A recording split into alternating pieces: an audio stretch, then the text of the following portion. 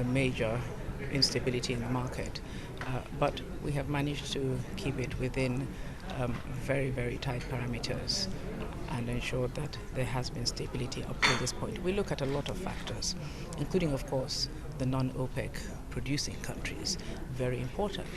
The issue of the shale oil and gas from the United States has had a major impact and will continue to have a major impact in the short to medium term on the global volumes and at some point on global prices as well.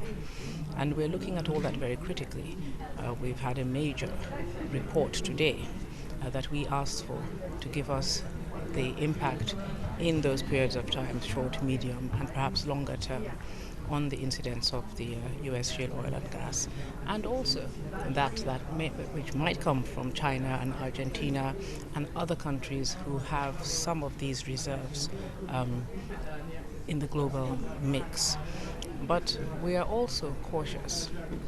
Know that there are a lot of unhidden parameters in relation to the oil and gas from shale and other sedimentary areas.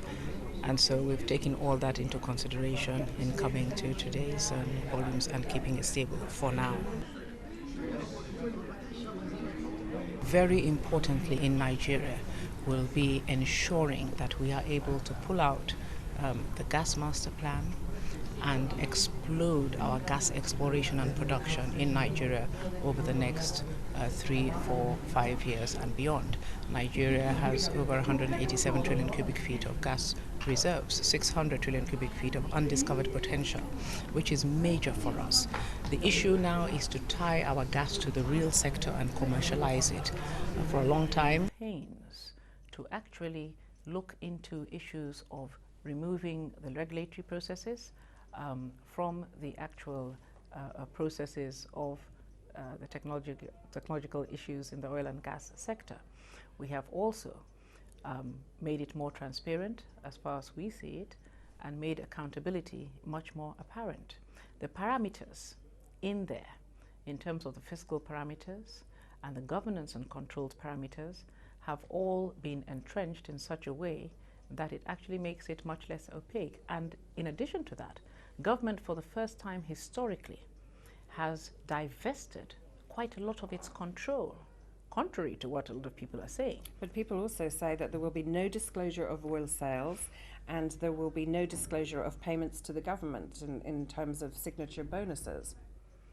Signature bonuses are actually areas of the oil and gas sector that are quite apparent and have always been so.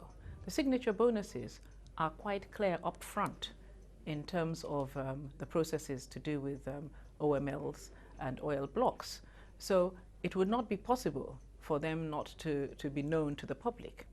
These are areas that the public has every opportunity to look into because they are called out up front.